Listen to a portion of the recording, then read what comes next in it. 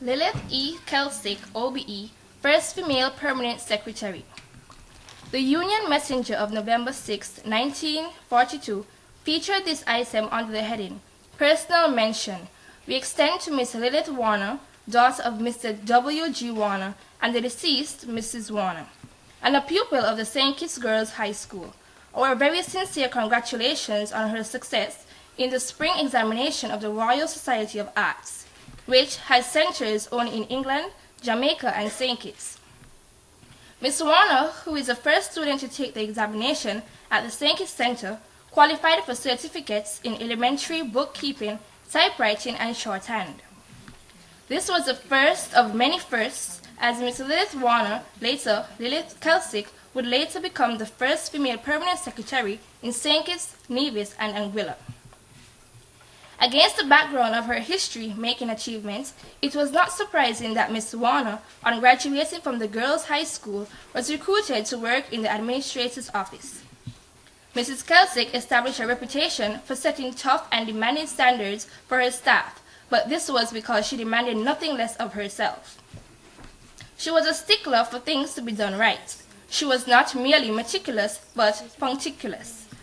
Mrs. Kelsick knew her general orders from cover to cover. She guarded her copy like sacred text. Working in establishments, it was inevitable that one would have to turn down requests for a variety of benefits. It is one of the branches of government where one cannot please all of the people all of the time. She has left a legacy defined by her loyalty, her fearlessness, her punctiliousness, her desire to do the right thing, whether or not it was popular, and her determination to demand the best of others, because she always strove to do and be the best herself. Accepting on behalf of Mrs. Lilith Kelsick is her nephew, Mr. Robert Warner.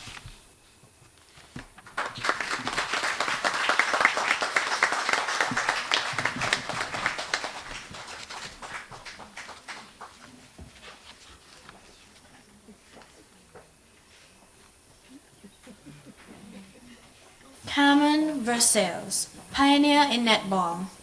Mrs. Carmen Versailles, FCCA, is a qualified accountant, being a fellow of the Association of Chartered Certified Accountants of the United Kingdom. She worked as an auditor for many years and is currently employed as the Deputy General Manager of the National Caribbean Insurance Company Limited.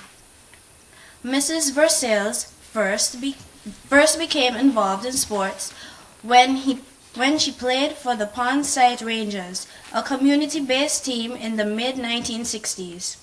She was elected as vice captain in 1967, when St. Kitts participated for the first time in the West Indies Netball Championship, which was held in Dominica. She served on the executive of the St. Kitts Netball Association for many years in various administrative roles, including secretary, treasurer, as a member of selection, disciplinary, and fundraising committees. She was one of the best fundraisers for the association. Mrs. Versailles has represented St. Kitts for many years and retired as a national player in 1976. To help her team, Liat Hawks, in becoming champion in the local league, though she was not regarded as a natural shooter, she exhibited the discipline required to conscientiously practice, to the extent that she placed the netball pole in her yard for further practice to enable her to become an effective shooter. This decision bore fruit in the national interest when, subsequent to her retirement as a national player in 1976, she then served as a member of the selection committee in 1977. In that year, one of the nation's lead shooters was seriously injured during a practice session. As a result, Mrs. Versailles was asked to resign from the selection committee so as to represent her country once again as a player. This she wholeheartedly did. In that year, St. Kitts placed second in the Caribbean Netball Championship when she played as goal shooter. She continued to represent her country in 1978 as a goal shooter when St. Kitts once again emerged as Caribbean Netball champions. In 1979, she represented the Federation in the World Tournament, where St. Kitts placed 5th. Mrs. Versailles not only made her contribution as a dedicated administrator and a player, but was very instrumental in promoting goodwill, fairness, and objectivity in the netball fraternity. She was affectionately referred to as Kissinger, as she had the knack of finding ways to resolve potentially conflicting and explosive situations. Ladies and gentlemen, Mrs. Carmen Versailles.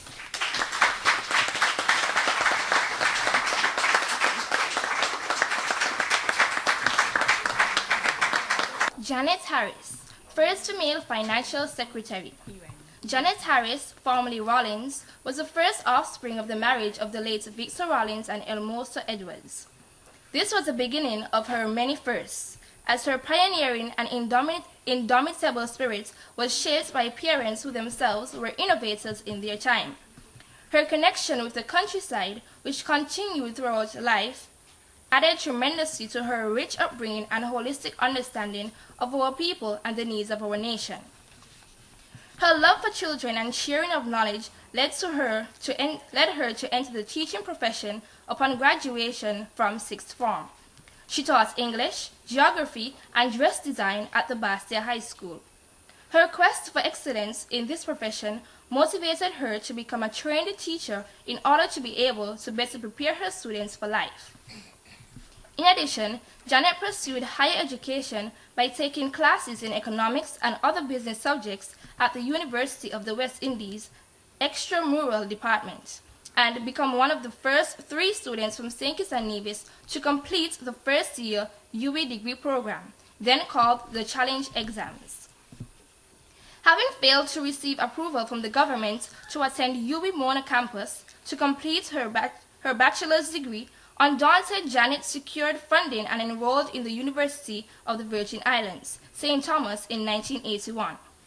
She graduated in May 1984 with a bachelor's degree in accounting and an associate's degree in business, magna cum laude. In May 1983, she was listed in Who's Who in American Universities and Colleges as a student with excellent academic records and broader participation in university life. Upon her return to St. Kitts, she secured a position at the Eastern Caribbean Central Bank, where she pursued a distinguished career in central banking for 18 years, holding positions ranging from operations officer to deputy director accounting and acting director of internal audit. She also received much training and exposure to regional issues. During that time, she married Mr. Gaston Harris of St. Kitts, and together they have 3 children, Jabez, Zonel, and Orin. Mrs. Harris is also a licensed certified public accountant and holds a master's degree in international business from the University of Westminster, London. Juggling a demanding work environment, the duties of wife and mother, studying as well as an avid churchgoer and leader of youth and women ministries, it was clear that apart from her technical capabilities as an accountant and administrator, some of her greatest attributes were multitasking and organizing, coupled with a love for people and a passion to perform with distinction. In January 2003, Mr. Wendell Lawrence, former financial secretary, was successful in wooing Mrs. Harris from the central bank to fill the position in the Ministry of Finance as Director of Fiscal Affairs, a position he specifically created to understudy the financial secretary. Having successfully completed a 3-year transition into the government services under the able tutelage of Mr. Lawrence, Mrs. Harris was appointed as the first female financial secretary of the federal government of St. Kitts and Nevis with effect from 1st January 2006. Mrs. Harris assumed this position during very challenging times. The country was in the midst of transition from sugar domination to the services industry and was recovering from the impacts of several adverse shocks, including natural disasters and the impact of the 9/11 events in the United States. The era of concessionary funding had passed. St. Kitts and Nevis had graduated to a high middle-income country. There was need for continued strong leadership in the Ministry of Finance to allow the country safe passage through these turbulent waters. Mrs. Harris was undaunted by the task, and with no nonsense exterior, but with a heart of gold, she set about tackling the issues as best she could. Her major accomplishment during her almost 7 years in that position, in her opinion, was the stabilization of the fiscal situation, including the widening of the tax base and reduction in expenditure, as well as the completion of a major debt restructuring exercise, the result of which in terms of magnitude, depth, and participation of creditors is unparalleled in the Caribbean region. She was also instrumental in crafting the homegrown economic program, which was endorsed by the IMF in 2011, as well as many other major transformative projects, such as the reform of the government's financial accounting system, the modernization of the Customs and Excise departments, the enhancement of the Treasury and Debt management functions, and the transition into the single regulatory financial services structure. On November 1, 2012, Mrs. Harris was recommended by the governments of St. Kitts and Nevis and appointed as alternate executive director in the World Bank constituency of Ireland, Canada, and the Caribbean for a period of 3 years. This was also a first for St. Kitts and Nevis and the first woman to hold this position. Accepting on behalf of Mrs. Janet Harris is her sister, Miss Judith Rawlings.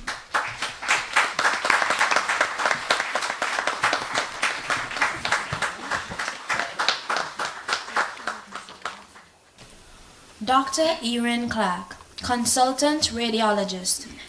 Dr. Erin Clark is the Chief Consultant Radiologist for the health-based institutions of St. Kitts and Nevis. She is currently stationed at the Joseph and Friends General Hospital. Dr. Clark has her private office at Medical Associates located at Victoria Road.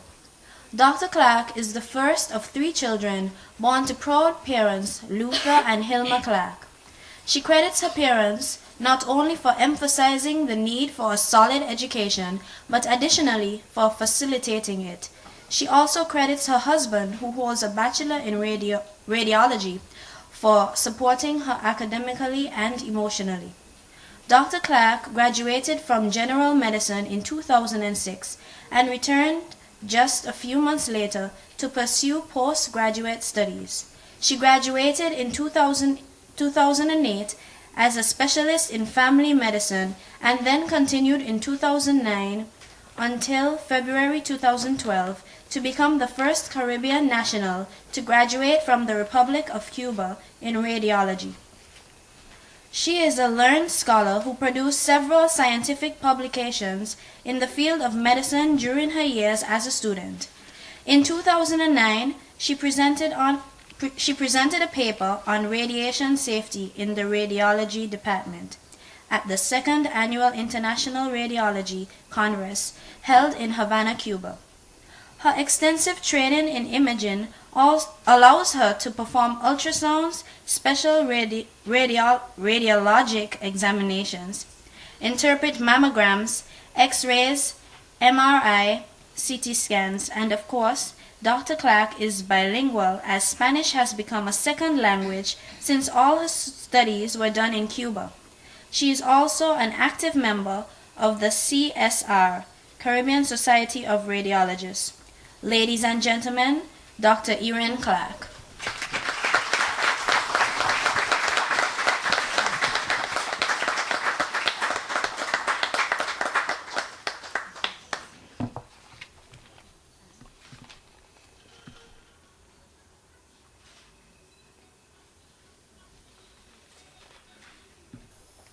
Captain Ramona E. Eles, First Commissioned Officer of the Federation.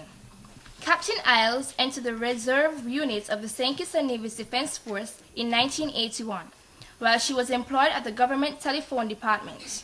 In 1984, she was transferred to the Defense Force headquarters at Camp Springfield as the only full-time soldier. In 1995, she became the first female ADC to the Right Honorable Dr. Dennis Douglas, Prime Minister of the Federation. She served in this capacity up to the point of her retirement in 2012.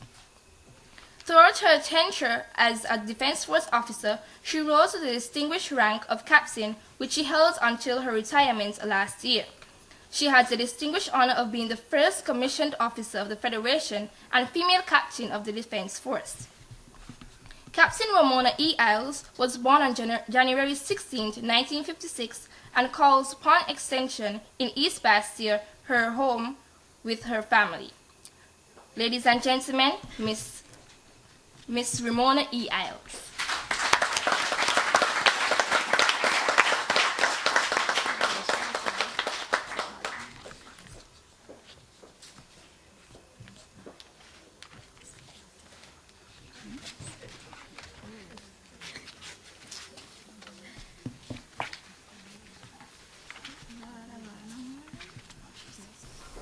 Dawn E. Williams, pioneer in banking.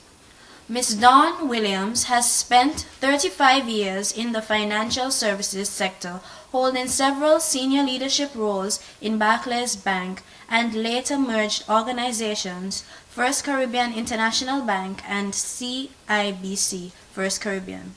Starting as a savings counter clerk in her home country, St. Kitts, she worked her way up the corporate ladder to retire as a regional director.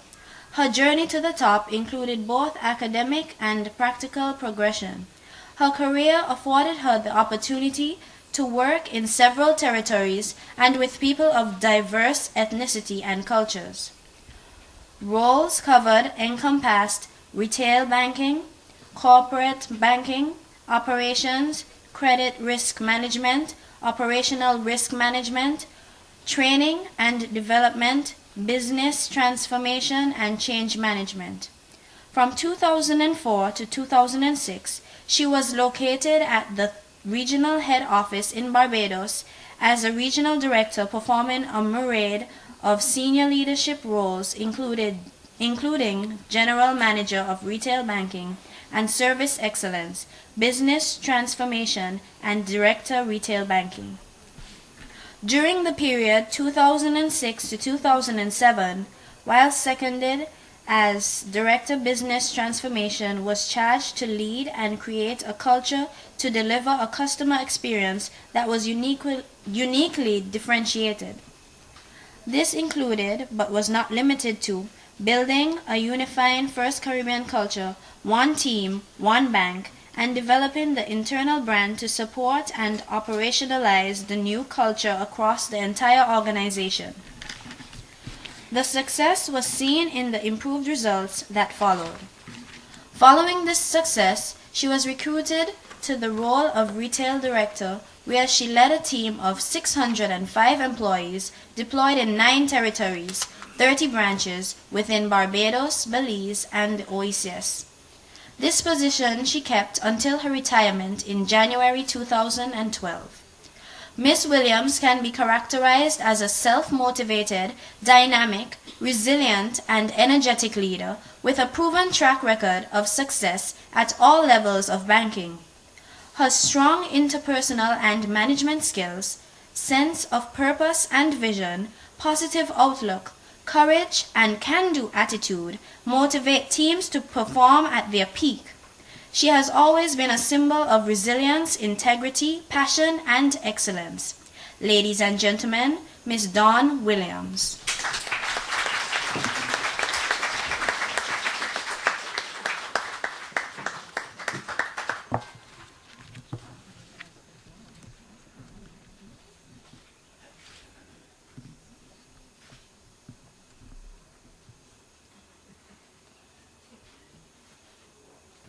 Celia Christopher, Women's Development on the Industrial Site. Celia Christopher was born on the island of Nevis. She started her professional career at the Curtis Matthews electronic plant on St. Kitts in March of 1970. Because of her leadership potential, she was quickly promoted to a managerial position and served in that capacity until the closure of the company in St. Kitts, when she returned to Nevis to supervise a branch of Curtis Matthews there. After the closure of Curtis Matthews, she was employed by After the closure of Curtis Matthews, she was employed by Electrofab Limited in the managerial capacity, where she served as senior supervisor and assistant production manager for over 18 years.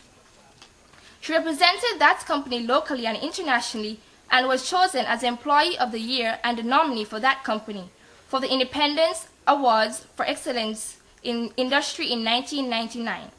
During that time, Cecilia worked at Electrofab. She performed voluntary service for the Departments of Women's Affairs on the industrial estate and represented the industrial estates on various government committees, workshops, and seminars. In 2001, Celia submitted an action plan to the Ministry of Social Development in her capacity of field officer with special responsibility for the industrial estates, which brought together various government ministries working in partnership with the industrial estates. When she discussed the plan with managers on the industrial estates, from their own experience working with governments, they thought it was a very ambitious plan and felt it would be a great challenge, but they gave it their blessing. The plan of action have impacted the workers on the industrial estates in an unprecedented way, and today workers are enjoying the benefits of that plan in the area of housing, health, and skills training for industrial estates employees. Since the introduction of that action plan, over 150 employees have benefited from the computer training program. Others have gone on to better paying jobs, promotions at work, and some are even able to help their children with their schoolwork in the area of research because of the training they received. Reports were sent to Ms. Rosalind Hazel, former permanent secretary in the Ministry of Social Development, from managers on the industrial estates, of Celia's incredible performance as an officer working with the industrial sector. Celia possessed excellent skill working with people. She is very knowledgeable about the industrial sector and the government system and enjoys a good working relationship with employees and manager alike on the industrial estates. In 2004, Celia introduced a community service award as part of the industrial estates annual Christmas program. Since then, companies on the industrial estates have become more involved in community service. As a result of the sector have made donations to the industrial estates daycare, equipment to schools, equipment to the Ministry of Health, a wheelchair to a former industrial estates employee who has since died, equipment to the Women's Training Center, financial assistance to schools, scholarships for teen mothers at the Clarence Fitzroy College. Celia believed in the development of people. In this regard, she gave up a trip to Taiwan and lobbied government for one worker on the industrial estate to attend an industrial engineering seminar instead. Celia has also impacted the lives of over 3,000 industrial estate employees, as streets were named after employees who have worked and are still working at the industrial estates. Houses were allotted to employees on the industrial estates. Employees were given self-development education on site. The Industrial Estates Action Plan was also used by Barbados, who sought permission from their former permanent secretary and Ambassador Rosalind Hazel. Celia has also gone over and beyond the call of duty to ensure that there is stability in the sector. When they single-handedly prevented a demonstration against governments on the introduction of taxes on bonuses, which affected the income of workers on the industrial estates, employees, and managers, would like to thank Cecilia for her courage and determination in bringing visibility to employees and employers to the industrial estate. She has served the industrial estate exceptionally well, and we salute her as our unsung hero. In 2001, she resigned from Electrofab and was employed by the Ministry of Social Development, where she served in the capacity of field officer in the Department of Gender Affairs, with special responsibility for the industrial estates. Celia have accomplished many things in the 12 short years as civil servant. These include the successful coordination of Project Viola, adolescent mothers program specifically designed for girls under the age of 16 to complete their secondary education. However, she felt that credit must be given to Rosalind Hazel, and all of those who have contributed to ensuring that adolescent mothers complete their education. This program has been able to secure scholarships job attachments, and provide various types of skills training, including cosmetology and computer training for the participants. Ladies and gentlemen, Mrs. Celia Christopher.